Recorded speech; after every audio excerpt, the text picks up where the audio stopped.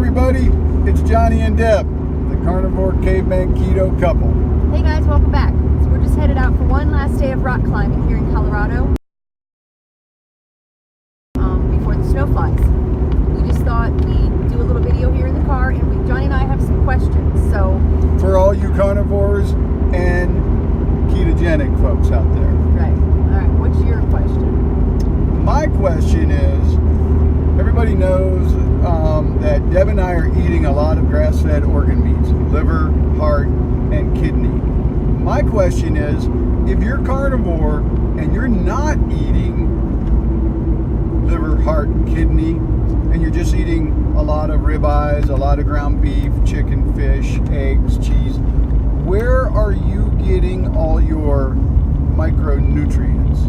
Well, are you talking mainly like vitamin C? Vitamin C, D, and all the good stuff. Supposedly in fruits and vegetables. Because I'm afraid that if all of us carnivores aren't eating these organ meats, we are going to become vitamin and mineral deficient. So that's my question to everybody out there. Well, that is a good question. So what I'm learning just by listening to other people and researching myself, and Dr. Sean Baker kind of touched on this a little bit, is, and I agree with it, that when you void yourself of all carbohydrates, see, carbohydrates have receptors on them that compete a lot for vitamin C and different nutrients. So when you're voiding yourself of that, your body and your system is completely different. So you don't need as much vitamin D, vitamin C, and I agree with that. But we don't want just to have enough, say for example, vitamin C not to get scurvy. I mean, we want to have enough vitamin C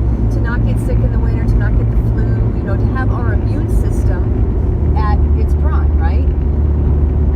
And the fact that when you start cooking these muscle meats and the fish and the different things that you're eating, you're taking some of those minerals, you're cooking them out basically. So unless you're eating all your muscle meat and your steak burger and your fish all raw, you are actually taking some of those vitamins and minerals out.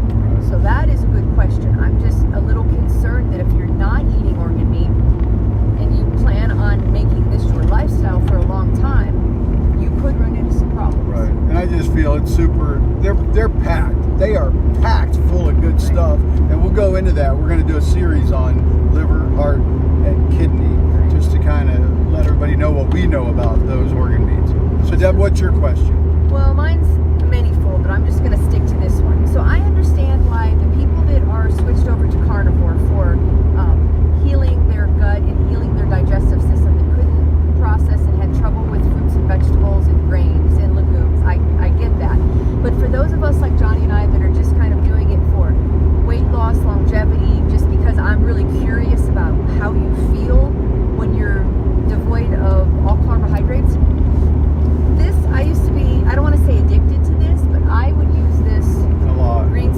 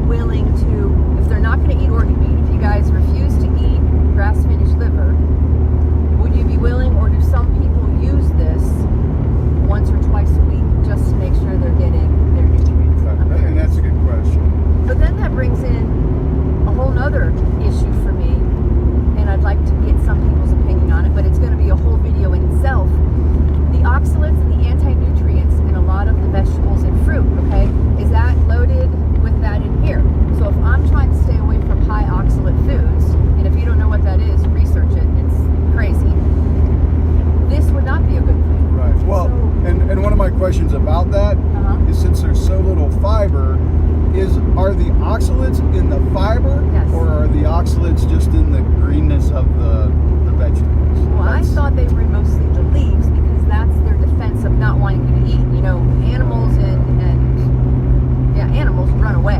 Okay, plants can't do that. So their defense for not being eaten is the phytochemicals, phytonutrients, the oxalates that a lot of people are super, super, super sensitive to. And some of the healthy foods that everybody says we need to eat 2 and 3 times a day are loaded in oxalates. So, you know, that brings up a whole nother question. Maybe this isn't such a superfood. I don't know.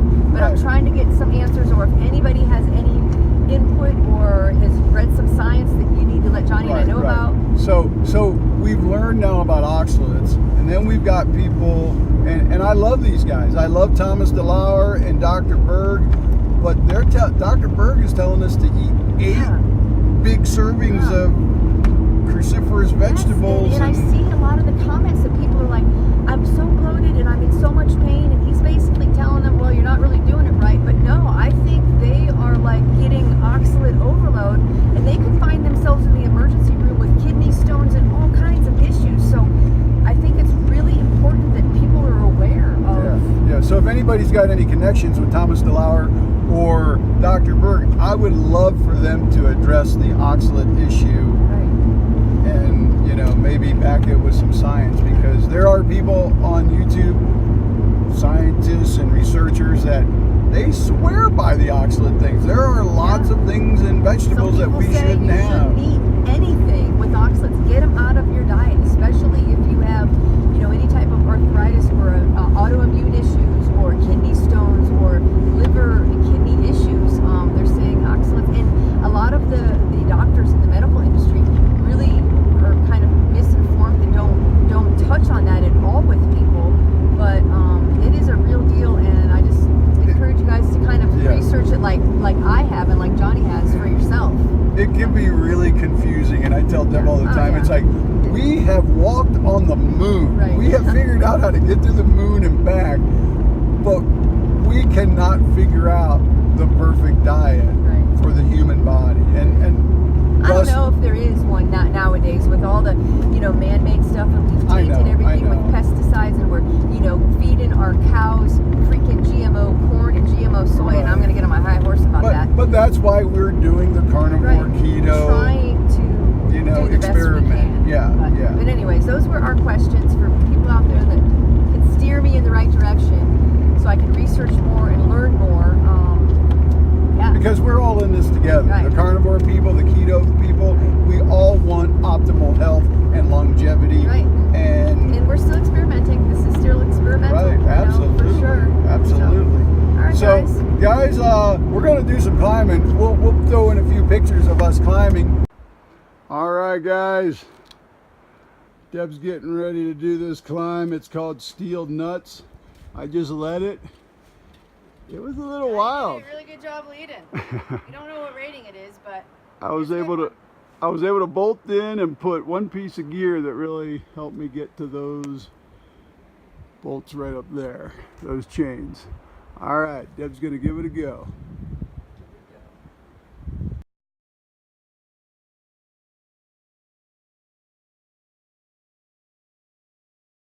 But if you enjoyed the video, give us a thumbs up, and please comment and try to answer our questions with any knowledge you guys have.